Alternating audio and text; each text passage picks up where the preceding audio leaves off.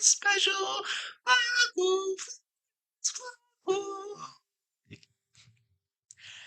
I would like to apologize in advance to anybody who started this with that.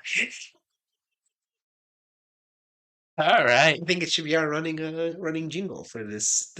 We're doing a holiday special. We will workshop that. Yeah. So, Thano had a good idea. I had a great. So let's go ahead. Right, the idea itself is good. Thano wants to do a series of holiday movies. related movies. Happy right? holidays, Fox News. Happy holidays. Because especially our first movie that we're doing isn't just a Christmas movie. It is a Christmas. It's not a Christmas movie. Yeah. Yeah. So our first movie that we're going to be talking about. Oh, wait. Before we get to that, Thano's idea was we're going to watch a bunch of holiday adjacent movies. They do not have to be Christmas. They can be just anything post Halloween. Yeah, basically. So we have like some Thanksgiving stuff coming out. Right. We have new things. We have some very old things. Yep. We have some early 2000s things. Yep. All right, we are products of the early 2000s. We are indeed. Right, so we're both 90s kids. We drank Pepsi by the hose. But we are deeply rooted in the 2000s. It was a good decade. The economic crisis happened later. And I can't think of anything bad that happened before. What? I forget if there's anything bad. So, in one of the podcasts that I love to listen to, the Demi podcast, they always talk about how the 2000s, like the early mid 2000s, is some of the like straight up the meanest shit. Oh, so mean ever. And I feel like this is such a product of that. This is such a product of that. Such a fucking. What are we here to talk about, Thano? We're here to talk about a very problematic. But also piece of cinematic history that's near and dear to my heart. History is it's a loosely used term here. I wanna reiterate. We're talking about eight crazy nights. Yeah. Hey, only an hour and 16 minutes long. God bless that runtime, dude. I think it's like an hour and 13 with like no credits. Yeah. God bless. Yeah. So Thano says we're gonna watch all these movies, and I remember going, "Oh, I saw 8 Crazy Nights in school." By the way, I can't remember if it was also a product of the 2000s. Yeah, I think it was high school. Teachers got away with some shit that I could not get away with. I remember watching this in middle school, going, "This is not good." Oh. I remember laughing at like some of the jokes, like the poop jokes were funny. Yeah. But like overall, I was like, this isn't great. I had the opposite reaction. But that's the thing. That was the one and only time I watched this movie. Yeah. So the point where like I didn't remember a lot of it. Like I remember Technical Foul, the song. I remember the beginning up until Whitey gets thrown off the porta potty.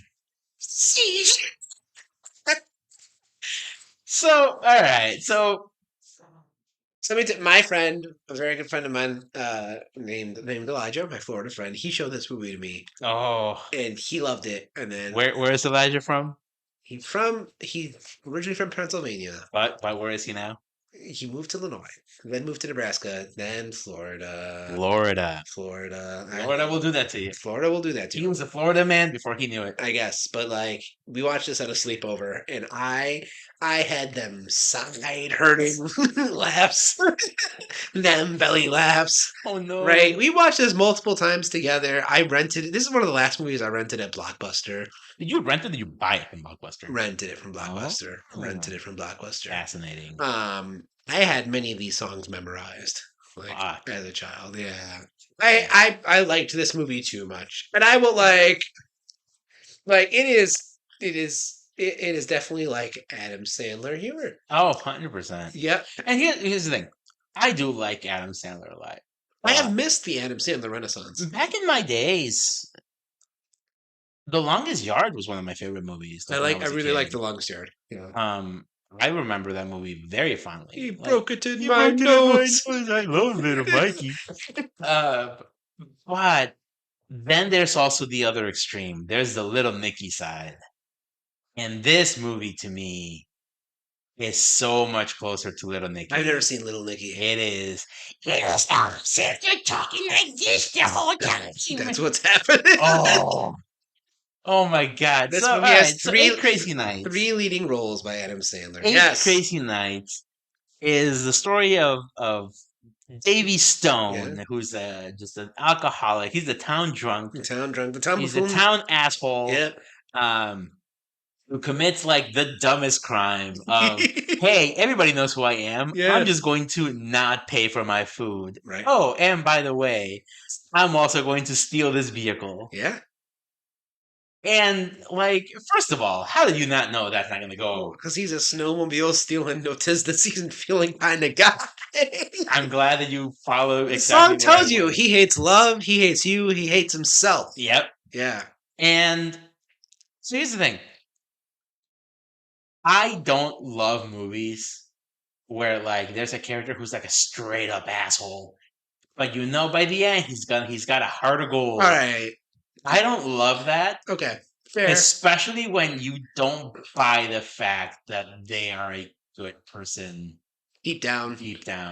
This feels like a person who is just a piece of shit through and through. Yes, he's got a tragic backstory. Yeah. That's what, motherfucker. Lots of people have dead parents. Yeah. I'm sorry. Yeah. No. You know, a lot of people who lost parents tragically, they are not assholes. So here's what I will say. I knew someone at around this time in my life who had a loss in their family. Mm-hmm. And it turned them into... raging asshole? An asshole, right? So maybe I was able to connect with that. But okay, but in this movie's defense. What genre of movie is it? I'm pointing at Javier. What do you mean? What do you mean what genre? What genre of movie is it? I mean, it's like holiday comedy. It's a holiday movie. This to me, I realized it on this watch. This is an Adam Sandler Hallmark movie. It is a raunchy, Hallmark movie with a little bit of Disney, thrown in with the animation, right? And like the spirit of song, right? That's what it is. And as a holiday Hallmark movie, right? The tropes be troping. Here's the thing. So this is basically... And Davy's not the only piece of shit in this town. No. Yeah. This movie, I feel like, took the tropes of all the holiday movies and said, but what if we take everything to like the absurdist and worst possible way? And that's Adam Sandler. Yeah. Which, by the way, one of the things that I was thinking about, I can't remember where it was that I read this, but apparently Adam Sandler did not really want to do this. Oh, really? Something like that. Or it took some convincing. I can't remember what it was. And I thought it was fascinating that his name is so synonymous with this movie. The fact that it's in the title. He plays 3 characters. So I don't remember where I was reading that, but I was like, that's kind of bonkers to me. Did this movie see theatrical release? Yeah, dude. It fucking tanked. I guess Emperor's New Groove is also about this short, but like that's still crazy to think that there was a time when you could just like fucking pop an hour-long movie into the theater. That's normal. Still? Yeah. A lot of Disney movies are like 80 minutes. I guess. And that's like being generous. Some of them are like 74, 75. Yeah. I don't know. I just think it's I love mean humor. Mm-hmm. Tom Segura is one of my boys. Yeah. Right? He's played a few too many of his parts. Yeah. Yeah, for sure. Yeah. Right? Yeah.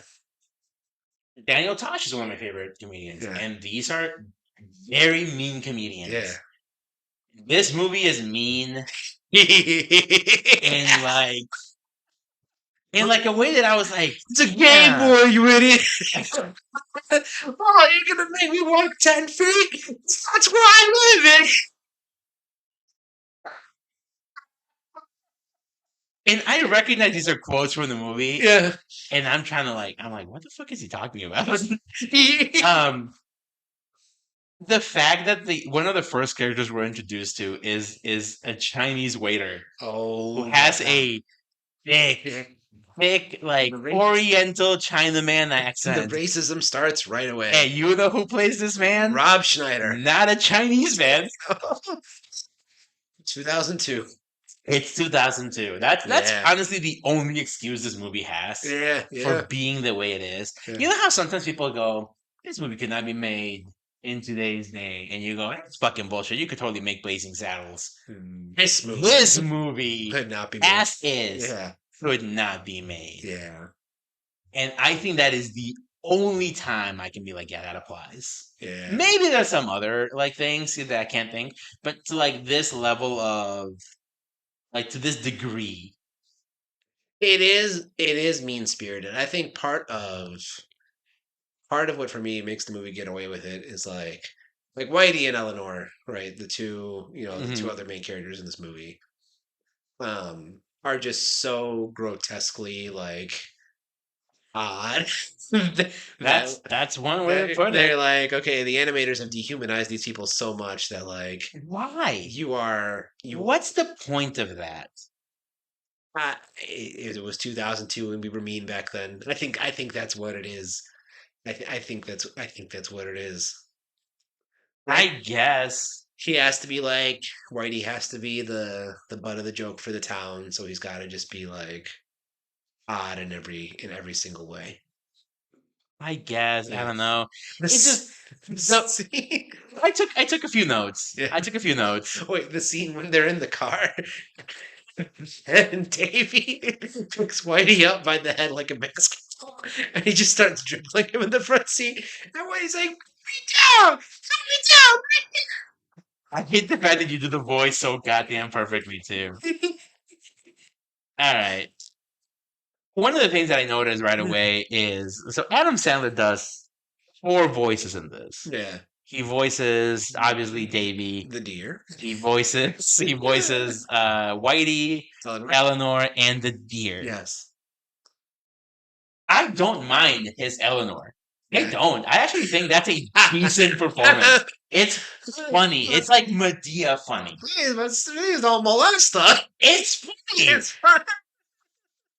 But I like to see it anyway. The Whitey voice is so awful. Yeah, but if you're 12, though, you fucking think the Whitey voice is... I guess. South Park was like, coming into itself at this time. I get. Even South Park, I feel like, is different. Hey, can you cheesy please, can you? I don't know if this is just like me just unable to like connect here. Yeah. But like, I would rather watch a South Park episode be mean to someone. I think this is definitely a movie for white people. Probably. This is a movie for white people. I stand by that. Okay. Yeah. All right. Yeah. I can drive with that. There is one scene that I really did like. I did like the basketball scene where he is playing with Ben.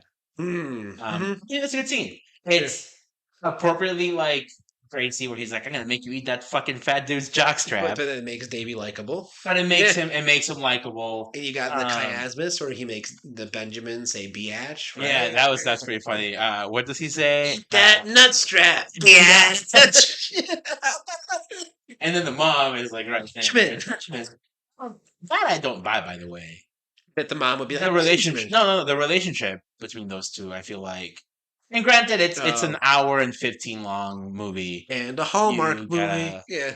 Yes, but like before that, there's zero interaction between them. Like the two. You don't buy that like there's any current romantic tension in there? No, because like they have like the backstory where like they were into each other when they were 12. Well, now he's like in his 40s. Here's the thing. I mean, picturing this movie, I do always see them like getting together after the ending, right? But as I was watching this movie, like I was like, if the director came and said that like, no, after the events of this movie, they do not get together romantically whatsoever, and they just go back to being friends, I'd be like, yeah, that tracks. That would track. That tracks. That does track. But that's the thing with like, the thing about holiday movies that's appearing is like, this is a time when miracles are supposed to happen, right? And like it's in the middle of cuffing season. Right. So I mean that's you have like, the Hallmark movie is someone's in their hometown, right? The childhood sweetheart has returned to the hometown. Like can the magic of Christmas come and bring these two, star-crossed lovers back together, right? Hmm. And it of course it obviously like is not the most realistic thing, but that's kind of the hallmark of the genre. Yeah, I mean, for sure. Like you Yeah. gotta go with the tropes, and Yeah. that's fine. Yeah. Doesn't mean that I'm gonna buy it every No. time. Yeah. Um, I do like the fact that like Whitey's such a weirdo. So fucking weird. Uh, Can't get the hair like in animation. I'm like, every time I watch it, I'm like, how the fuck does that actually work? what do you mean? Okay, like they make him so oddly like hairy. And you're Oh, like, I don't know what this would look like on a real human no, being. I mean this is pure cartoon. Yeah, but Uh, like his what? his butt, he's got Yeah, like two fuzzballs in each yeah, butt cheek. yeah, His whole like front is covered in hair except for like his belly button yeah. area. He looks like a monkey man. He does. He looks like a monkey man. Yeah, Uh, I just can't get over the voice. yeah. And the scene where he's like having his seizure in the basketball court. The seizure. And you're and I remember hearing that and I go, oh, this is fucking Adam Sandler too, isn't it? God damn it. Yeah. Uh why? What if I told you What have you told me? that this film uh functions as kind of an Old Testament narrative? Oh no, don't do this. Yeah. Don't do this to the Old Testament, Thano. That's Don't do this. that's our next shirt, everybody.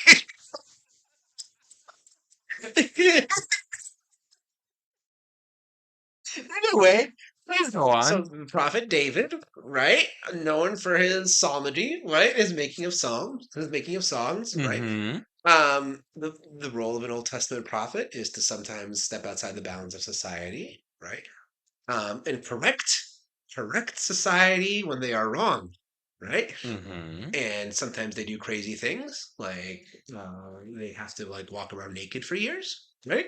Okay. And what does Davy do? He steps outside the bounds of society, and at the end, he corrects. He corrects Dukesbury for being wrong and being an asshole to Whitey. Okay. It's a biblical story.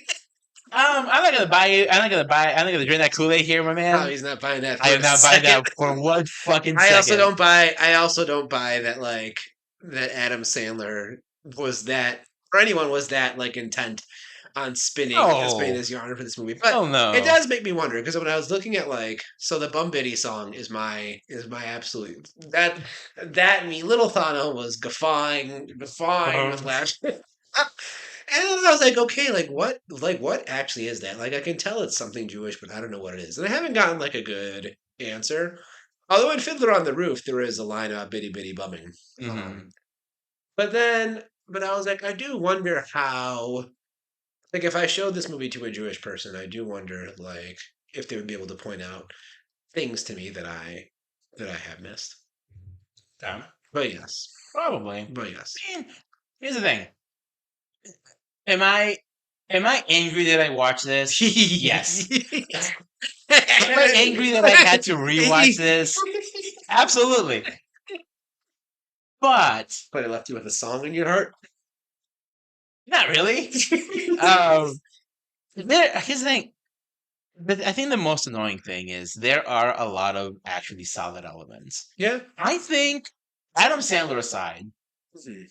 there is some genuinely good voice acting happening here. Yeah. And I think that's why I don't like his character either, or Whitey, Mhm. is because I feel like everybody else feels like they belong in a different movie. Hmm. Like, yes, the things they are saying Yeah. are fucking nonsensical. Like, they're like South Park levels of like insane. Yeah. But the way the performances are like come through, like they sound like real interactions. Yeah. But as soon as Adam Sandler starts yelling, and then hey, you're like, what is this? And that's why I think this hurts me more. Because you could make this a legit movie about an asshole who learns to not be an asshole while still having some mean-spirited shit. What lost my train of thought. Something about right. Like there's something good here. You could make this movie still about an asshole. Yeah. Who learns to like not be an asshole and still have a lot of the same jokes. But like there's a scene where like the mayor tells a joke.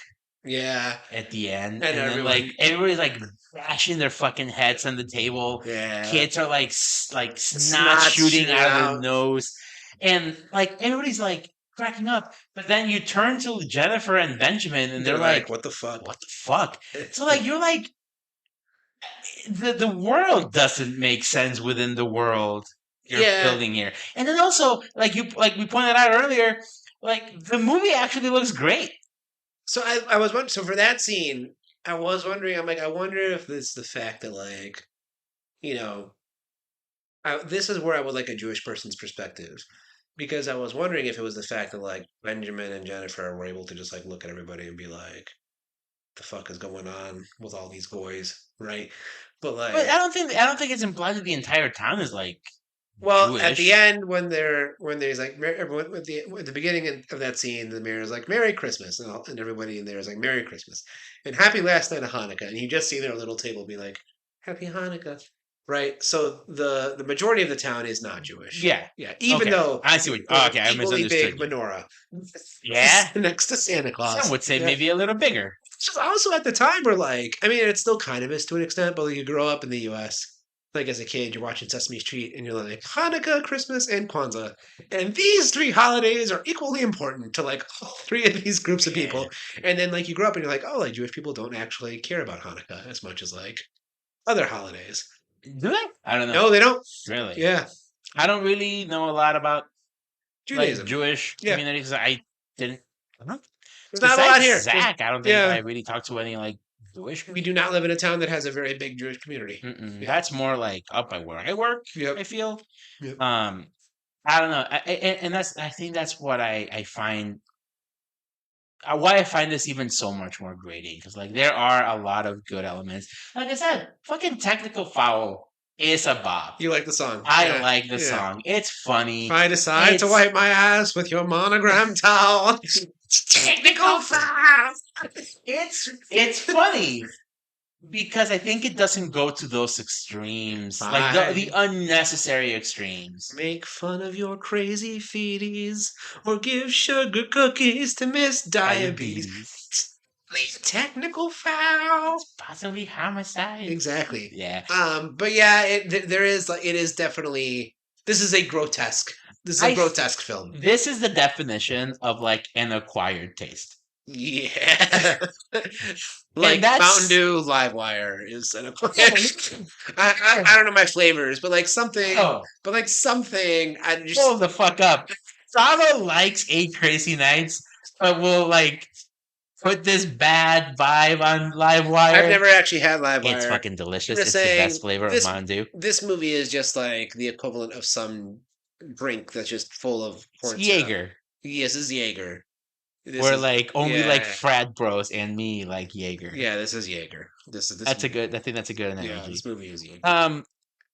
One of the things that I did wonder, there are plenty of holiday movies, and we do have, our Bad Santas. We have our Office Christmas Party, which, spoiler alert, we'll be talking about too. I think it's called like The Night Before. Is that the one with Seth Rogen and Joseph Gordon-Levitt? I don't know. It's also like a holiday movie about like these two Jew bros who are having their party. Yeah. And why do we not get more of these adult-leaning holiday movies? That's a good. Because there's clearly a market, right? Right. Like people like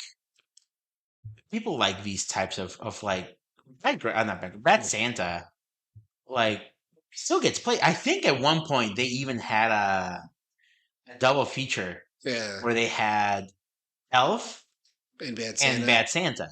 So like there is definitely a play here. Well, when you think of also when this film comes out, so 2002. This is why I love the fact that like the thing that causes Davey to have his change of heart is like him hallucinating. Well, not even. I don't know if you can fully call it hallucinating because it's implied that the logos like do kind of come to life at the end. But like it's like brands that like brands in a fucking mall that like you know convince him to like cry and not be an asshole anymore. Uh-huh. And like this is 2002 is like the beginning of like Christmas just sort of devouring like November and Thanksgiving. Like this is the beginning of the time where Black Friday becomes like a bigger day than Thanksgiving, right? Like it's kind of a peak of American capitalism. So then to like answer your question as to why we don't have as much of these like raunchy holiday movies. Mm-hmm.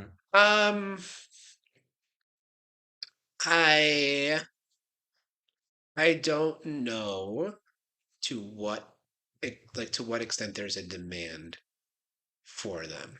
I demand them, like personally. I think But it's good. I think yeah, they're fun. It also gives a chance for people who are not into like the stereotypical Hallmark movie, but like Christmas movie vibe. that's what I'm saying. So this time, I feel like was the beginning where like the Hallmark vibe was roaring at its peak, right? Yeah. Like Christmas for the sake of Christmas, like was just getting his guns out at this time. But then like, Mhm. why don't we have any more? I don't know.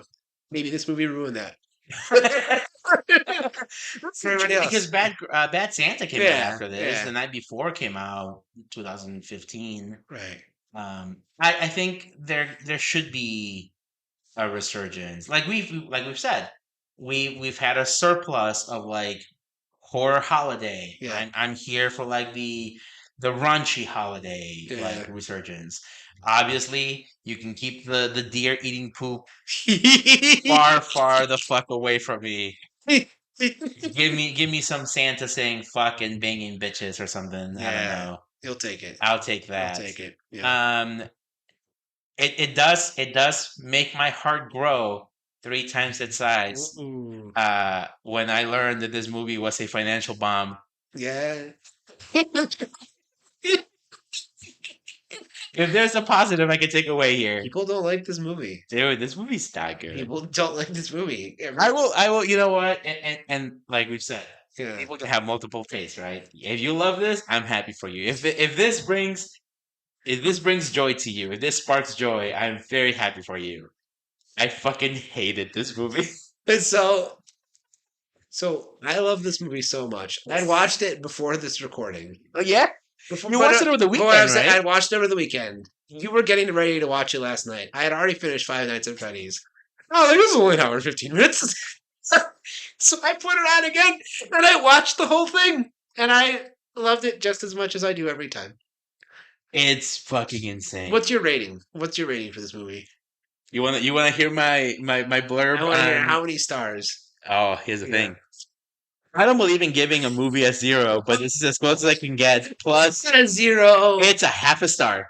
The movie is not worse than Crimes Against the Future. But here's the thing: in Crimes Against the Future, I saw boobs. Here you saw Whitey's ass. Oh, that is not a fair trade. They pressed even Mrs. Salmon with the one extra broomstick. I feel like Crimes of the Future at least had like a very interesting concept that was completely bungled. This had a fascinating concept. Oh, I don't think it did. It has potential, but I don't think I would say this movie can ride on that potential. I say this is a 2.5-star movie. I gave this Oh, movie the same amount of stars I gave Taylor Swift. I gave Taylor Swift a 1.5, I think. Okay. Anyway, Yeah. what a story, Mark, man. What a story, Mark, man. This is the great start to our holiday special. This Everyone might should go be watch A Crazy Nights. this might be the worst movie I watched all year. I'm looking back at my letterbox right now. Yeah. This might be the worst movie. Skin of a Rank was close, But at least Skinamarink had a good concept that I could get behind. I didn't like the execution. Yeah. But this might be it, man. Murder Mystery was mid, but yeah. Wow. I'm sorry. Wow. Wow. Wow. Well, I'll be here enjoy doing whatever I like to do to the Old Testament. Hey, bless your heart. Somebody's got to watch this. Somebody's got to keep this on Amazon Prime And Hulu. and Hulu. We watched it on Amazon. Yeah, watched it on mainly Hulu. because I was like, hey, we're actually paying for Amazon. Let's use it for something. Yeah. And that also gave me a chance to put The Boys and Gen V and there you go. Yeah. There you go. Anyway, so thank you all for listening to the beginning of our happy holiday season. Let's do a holiday question of the day. What is your favorite holiday food? Oh, doesn't have to be like doesn't have to be white ass American. It could be whatever. Oh, absolutely. It would never be white ass American food. Oh man, tough question. I think tamales. Tamales has to be. Tamales are good. And you eat them without the husk. You do eat them. I learned that after the first time. Fourth time. But I would say, mine is white ass. I would say pumpkin pie. And I know that's a basic one, but here's the thing. Pumpkin pie, like, Costco's got those fucking ready in, like, September. The massive ones? Yeah, and, like, they can pass in October. They can pass in November. They can pass in December. Like, pumpkin pie is surprisingly versatile for the holiday season. It is. I will cede that argument to you. Yes. I'm not a huge desserts fan necessarily. I do love pie. Yeah. Pie over cake for me any day. But pumpkin pie is very low on my totem pole of pies.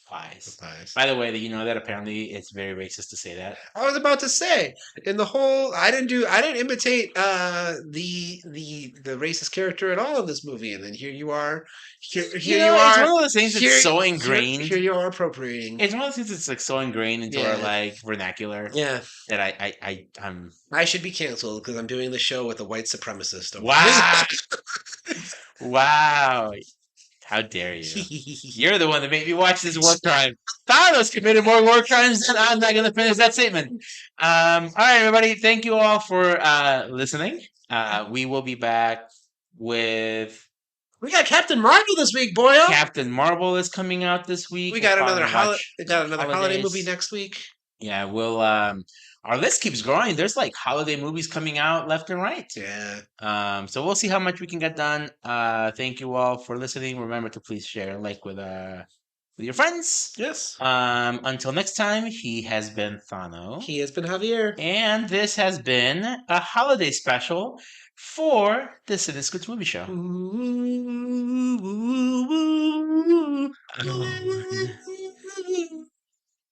Bye. Bye.